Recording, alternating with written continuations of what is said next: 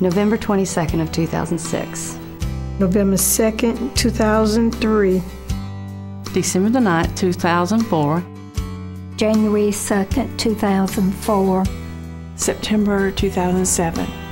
And that day changed my life dramatically and made me a Gold Star mother that day. Sometimes we have to say goodbye without warning, without reason, and the emptiness is heavy on the soul. And sometimes what we fear the most comes to fruition, and we're forced to let our I ended up having an amazing opportunity to meet some ladies from Iraq. I didn't want to like them.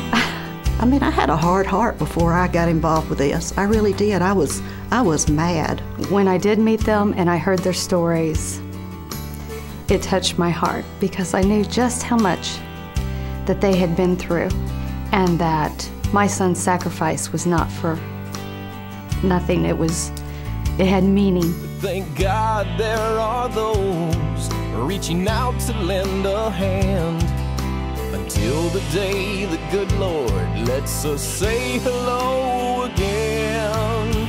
They give hugs for healing, smiles from the heart. People hurt, hearts bleed the same. With outstretched open arms and prayers of comfort to change the way we're feeling.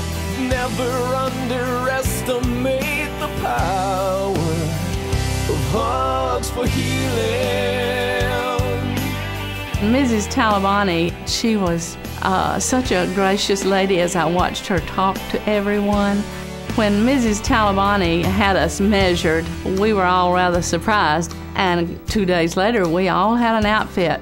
And I thought, well, how did they come up with the colors that matched each of us as well as they did? The First Lady of Iraq had a great deal to say about our sons, and she gave us a piece of crystal each, and the inscription on it was remarkable, and it was our eternal gratitude to the mothers who raised the bravest of children who would fight for the liberty of other nations. Sometimes the memories linger on long after the battle, and on our own we can't fight through the pain.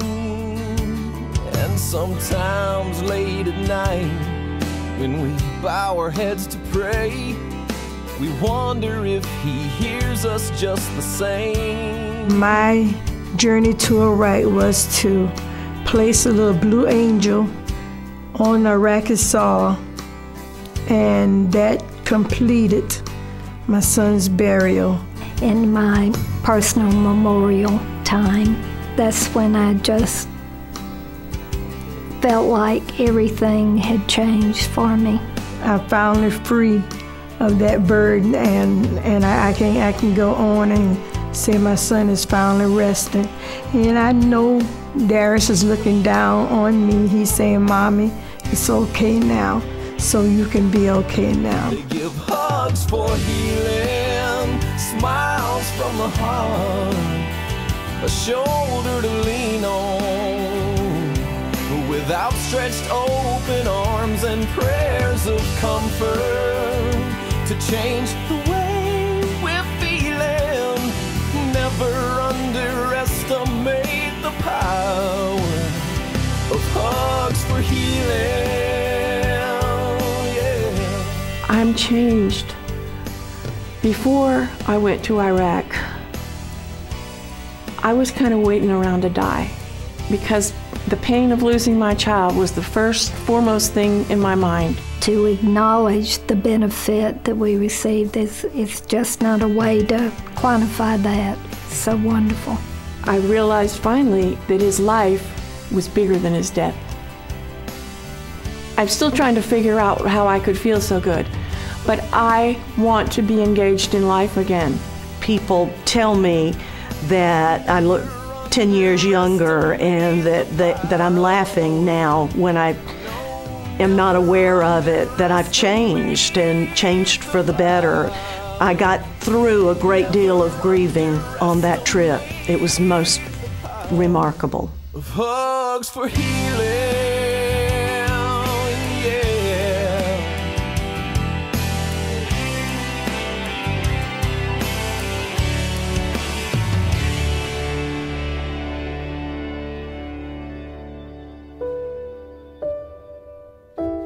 When my baby was in a firefight, he would always hum the tune of Amazing Grace. He loved that song as much as I do. So at the memorial service, at the very, very end, I got up and I sang my baby Amazing Grace. And the first verse I sang by myself, and then all the American moms joined in. And the very, very end, we sang a verse of Just Praise God. And the Iraqi women did not know the words to Amazing Grace. But on that last verse, when we sang Praise God, they joined in. And you know what? That's what it's all about. It's people coming together